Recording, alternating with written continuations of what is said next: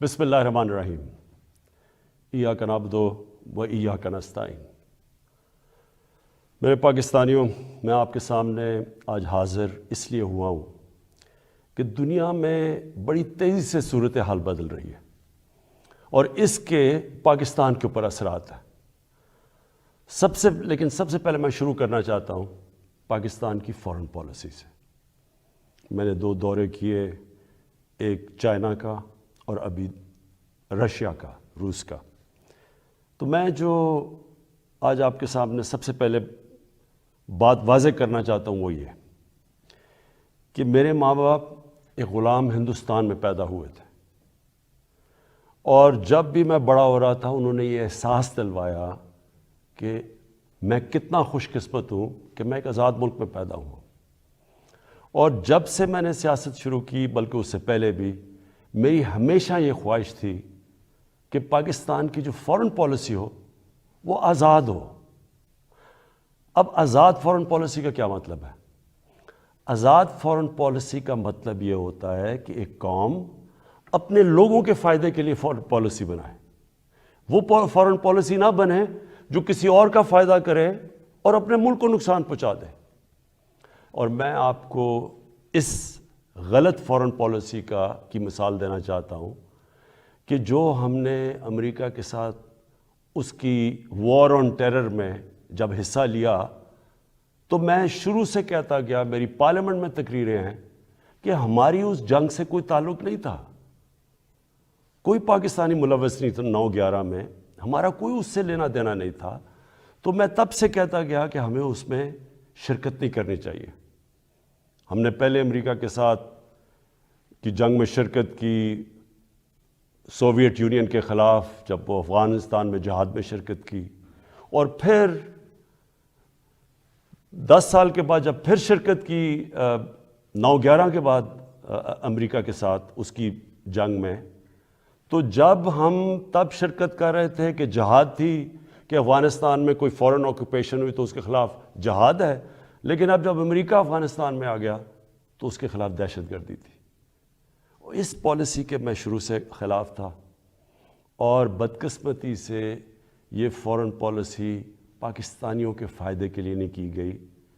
اس کی وجہ سے 80,000 پاکستانیوں کی شہادتیں ہوئیں، ہمارے 35 لاکھ لوگوں کی نقل مکانی ہوئی، قبائلی علاقہ تباہ ہوا، ہمیں $150 ارب سے زیادہ ملک کو نقصان ہوا۔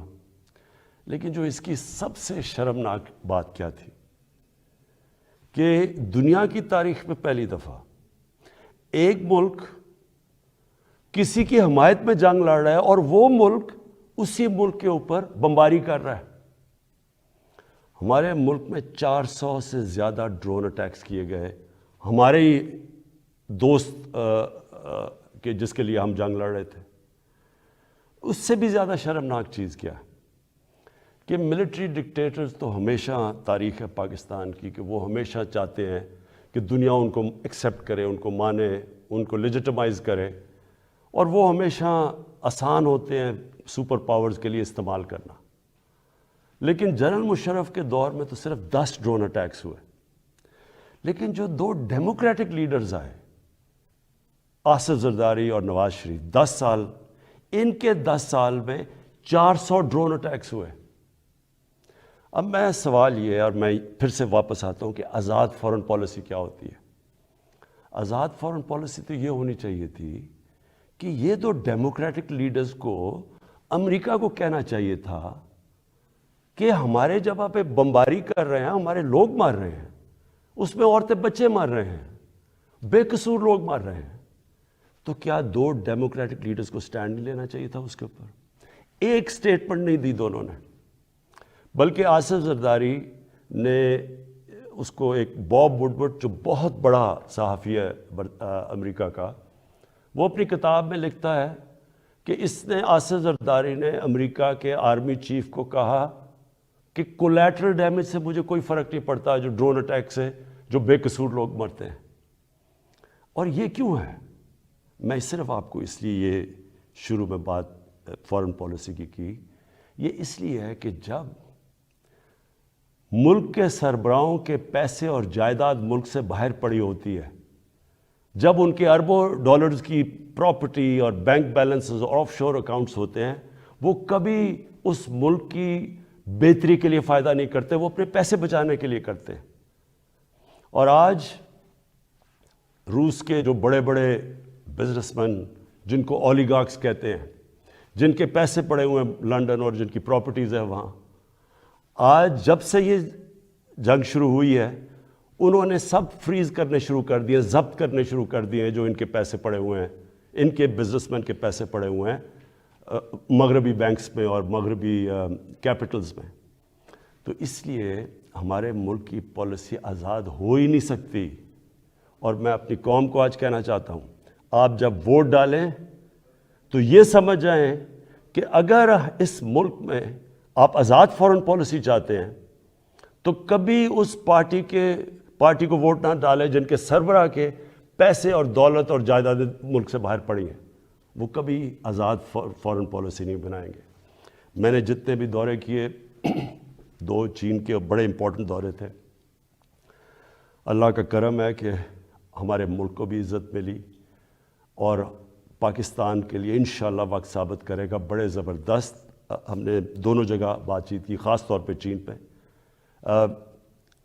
جو روس میں ہم نے جانا تھا، اس لیے ہم نے جانا تھا کہ ہم نے 20 لاکھ ٹن گندم امپورٹ کرنی ہے روس سے۔ اور دوسری چیز، جو روس ایک ایسا ملک ہے جس میں میرے خیال میں دنیا کی 30% گیس ہے، تو آگے جس طرح پاکستان کی گیس کم ہو رہی ہے، ہم نے انشاءاللہ ان سے ہم نے جو معاہدے کیے ہیں کہ ان سے ہم گیس امپورٹ کریں گے۔ اور چین کے سامنے ابھی تھوڑی دیر کے بعد انشاءاللہ اس قوم کے سامنے آ جائے گا کہ جس طرح کے چین کے ساتھ ہمارے معاہدے ہوئے ہیں، اور خاص طور پہ سی پیک کا جو دوسرا فیز ہے۔ لیکن ہم نے یہ فیصلہ کیا، میرے پاکستانیوں، ہم نے یہ فیصلہ کیا کہ ہم یہ سمجھ رہے تھے کہ یہ جو ایک دم قیمتیں اوپر گئی ہیں تیل کی اور کموڈٹیز کی دنیا کے اندر، تو ہم یہ سمجھ رہے تھے کہ اب نیچے آنی شروع ہو جائیں گی۔ لیکن جو یوکرین کے اندر ہو رہا ہے اور یہ جو جنگ ہوئی ہے، تو اب مجھے خوف ہے کہ یہ، اور ہم نے آپس میں ڈسکس کیا کہ ابھی قیمتیں باہر نیچے نہیں آئیں گی، کیونکہ یہ سب کو پتہ ہے کہ جیسی یہ ہوتی ہے جنگ تو تیل کی قیمت بھی اوپر، اور پھر 30% دنیا کی گیس وہاں سے آتی ہے، گیس کی بھی قیمت اور اوپر چلی جائے گی۔ اور گندم ہم نے جو روس کو کہا ہوا کہ ہمیں 20 لاکھ گندم چاہیے، تو گندم کی ابھی قیمت اوپر چلی گئی ہے۔ تو ہم نے ایک فیصلہ کیا، ہم نے یہ فیصلہ کیا کہ ہم اس ملک میں جو سب سے بڑا مسئلہ ہے اس وقت وہ ہے تیل کا، پیٹرول اور ڈیزل کا، اور ان کی اگر قیمتیں اور اوپر چلی گئیں تو لوگوں کے اوپر اور بوجھ پڑ جائے گا۔ لیکن میں آج آپ کو یہ بتا دوں کہ پاکستان میں جو آج بھی پیٹرول اور ڈیزل کی قیمتیں ہیں، یہ نوٹ کر لیں۔ جب اپوزیشن والے یہ کہتے ہیں کہ جی اوہو بڑا مہنگا ہو گیا پیٹرول اور ڈیزل، کب مجھے ذرا یہ بتائیں کہ وہ ان کے پاس اس کا کیا حال ہے؟ ہمیں باہر سے امپورٹ کرنا پڑتا ہے، تیل اوپر چلا جائے ہم اس کے بعد کیا کریں؟ یعنی اگر ان کے پاس کوئی حل ہے تو ہمیں بتا دیں، کیونکہ اس وقت بھی پاکستان دنیا کے 190 ملکوں میں سے 25ویں نمبر پہ ہے جدھر ابھی بھی ہمارا تیل اور پیٹرول اور ڈیزل سب سے کم بک رہا ہے۔ میں آپ کو ذرا بتا دوں کہ ترکی میں اس وقت ہمارا پاکستان میں 160 روپے لیٹر ہے، ہندوستان میں 260 روپے لیٹر ہے، بنگلہ دیش میں 185 روپے لیٹر ہے، ترکی میں 200 روپے لیٹر ہے۔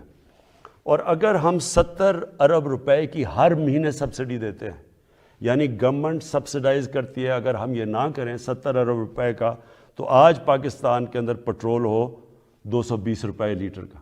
میرے پاس اوگرا کی سمری آئی، انہوں نے کہا کہ 10 روپے زیادہ آپ کو 1 لیٹر پیٹرول اور ڈیزل بڑھانا پڑے گا، کیونکہ دنیا میں تیل مہنگا ہو چکا ہے۔ تو میں آج آپ کے سامنے بڑی خوشخبری یہ سنانا چاہتا ہوں کہ بجائے 10 روپے بڑھانے کے، ہم نے فیصلہ کیا ہے کہ 10 روپے پیٹرول اور ڈیزل کو آج ہم کم کر رہے ہیں۔ اب پھر سے میں آپ کو بتاؤں کہ بجلی 60% امپورٹڈ فیول سے بنتی ہے، جو میں آپ کو پہلے بتا چکا ہوں. جیسے ہی باہر گیس مہنگی ہوتی ہے, کوئلہ مہنگا ہوتا ہے, تیل مہنگا ہوتا ہے, تو یہاں ہمارا جس کو کہتے ہیں فیول ایڈجسٹمنٹ چارج وہ بن جاتا ہے, ہماری بھی چیزیں اوپر چلی جاتی ہیں. ہم نے یہ بھی فیصلہ کیا کہ ہم اپنے لوگوں کو اب اس سے بچائیں گے. اگر ڈیمز بنا لیتے پہلے تو پاکستان کو تو بڑی سستی بجلی ملتی تھی, کیونکہ پانی سے جو بجلی بنانی ہے وہ ہمارے لیے, ہمیں تو کوئی فرق ہی نہیں پڑتا کہ باہر مہنگائی ہو یا نہ ہو. لیکن کوئی ڈیمز نہیں بنائی, 50 سالوں میں پاکستان میں کوئی ڈیمز نہیں بنی.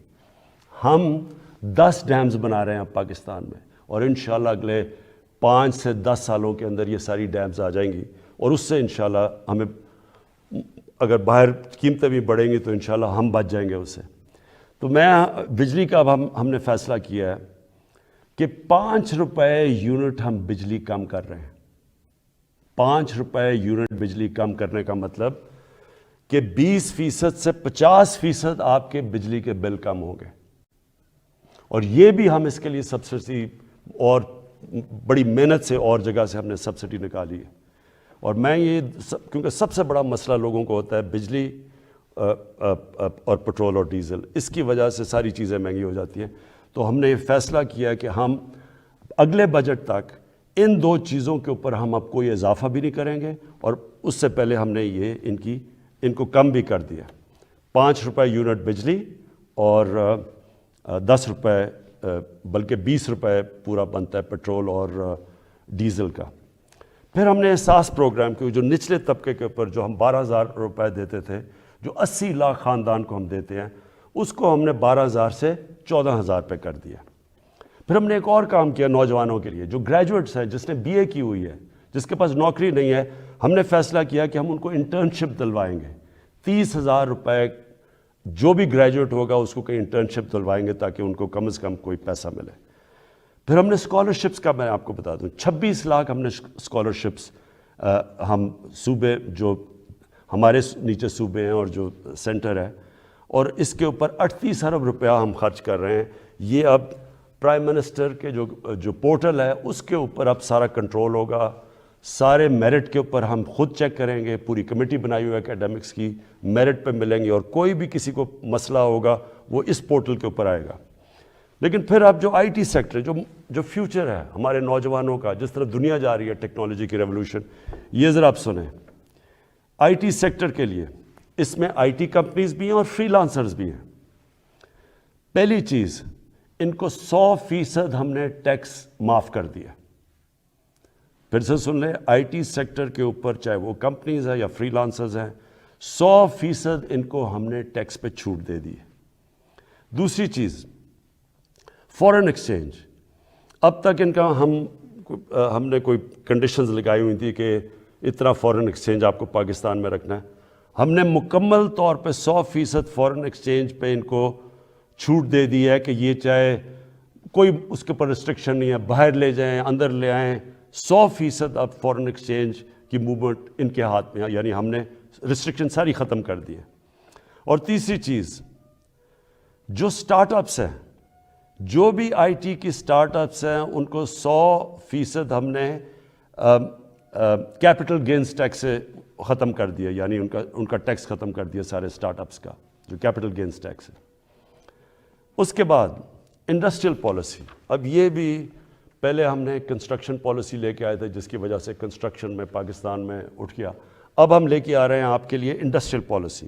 انڈسٹریل پالیسی میں ہم کیا کر رہے ہیں کہ جو بھی انڈسٹری لگائے گا, جو بھی پیسے لگائے گا انڈسٹری کے اندر, اس سے کوئی سوال نہیں پوچھے جائیں گے. یہ ہم نے کنسٹرکشن میں بھی شروع میں یہ کیا تھا. اور جو سکھ انڈسٹری ہے اس کی ریوائول کے لیے, اس کے لیے ہم آپ کے سامنے پورا پروگرام ہے. ان کے لیے ٹیکس کی چھوٹ دیں گے ان کو. اس کے ساتھ انشاءاللہ کل میں لاہور کے اندر آپ کو پورا انڈسٹریل پالیسی کا پورا پیکج دے دوں گا. اور پھر تیسری چیز, جو اوورسیز پاکستانیز ہیں, جب بھی وہ پاکستان کی انڈسٹری میں انویسٹ کریں گے یا وہ پاکستان کے انڈسٹریلس کے ساتھ جوائنٹ وینچر کریں گے, ان کو 5 سال کا ٹیکس ہالیڈے ہم نے کر دیا, 5 سال تک کوئی ٹیکس نہیں دیں گے. پھر ہمارا کامیاب پاکستان پروگرام ہے. سود کے بغیر قرضے دیں گے بزنس شروع کرنے کے لیے نوجوانوں کو, سود کے بغیر کسانوں کو دیں گے قرضے, سود کے بغیر وہ اپنی اپنی زمین پہ پیسہ خرچ کر رہے ہیں، اور پھر سستا سبسڈائز بالکل جو غریب لوگ اپنا گھر بنانا چاہتے ہیں ان کو بالکل سستا قرضہ دیں گے. پھر اور یہ 407 ارب روپے کے قرضے ہیں جو یہ ان 3 ایریاز میں جائیں گے، لو کاسٹ ہاؤسنگ گھروں کے لیے، کسانوں کے لیے اور بزنس کرنے کے لیے شہروں میں. 407 ارب کے قرضے یہ اگلے 2 سال میں ہم دیں گے. پھر آخری 2 چیزیں ہم نے، مجھے بڑا فخر ہے کہ ہم نے بڑی مشکلوں سے پاکستان میں بینکوں کو راضی کیا، ان کے لیے ان کے سارے جو آسانیاں پیدا کی، سبسڈائز کیا کہ بینکس چھوٹے لوگوں کو قرضے دیں. ابھی تک تنخواہ دار لوگ وہ ابھی تک ان کو بینک قرضے نہیں دیتے تھے. کمزور یعنی لو جو مزدور ہوتے ہیں، ویلڈر ہوتے ہیں، وہ کام کرنے والے، ان کی سوچ بھی نہیں سکتے اپنے لیے گھر بنانا. بڑی ہمیں 1 سال لگایا، ہم نے پوری ان کے لیے آسانیاں پیدا کی. گورنمنٹ نے سبسڈائز کیے قرضے، آسانیاں پیدا کی تاکہ اگر ایک آدمی اپنے گھر میں جو ایک کرائے کا گھر لیتا ہے، جو کرائے کے اوپر پیسے دیتا ہے، اسی پیسوں کی وہ قسطیں بن جائے اور اس کا اپنا گھر ہو جائے. تو مجھے بڑی خوشی یہ ہے کہ بینکوں نے اب تک اس میں 150 ارب روپے کے لو انکم غریب لوگوں کی جن کی آمدنی نہیں ہے ان کو دے چکے ہیں اپروولز، جس میں 50 ارب روپیہ ان گھروں کے لیے دے چکے ہیں. یعنی وہ کام شروع ہو گیا، گھر بننے شروع ہو گئے. اور آخر میں صحت کارڈ، مجھے سب سے زیادہ فخر یہ ہے کہ ہمارے جو صوبائی چیف منسٹرز تھے ان سب کو میں نے آگاہ کیا کہ یہ سب سے بڑی نعمت ہے ایک غریب گھرانے کے لیے کہ اس کے پاس ہیلتھ انشورنس ہو. جب بھی وہ ایک کوئی گھر میں بیماری ہو تو ان کو یہ خوف نہ ہو کہ ہم ہاسپٹل میں جا کے اپنا علاج نہیں کروا سکیں گے. اور پھر وہ کئی دفعہ گورنمنٹ ہاسپٹلز میں جاتے ہیں تو وہاں ڈاکٹرز نہیں ہوتے، اور خاص طور پہ دیہاتوں کے اندر ڈسٹرکٹس میں ڈاکٹرز نہیں ہوتی، نرسز نہیں ہوتی، اور وہ سارے شہروں میں آتے ہیں، دھکے کھاتے ہیں.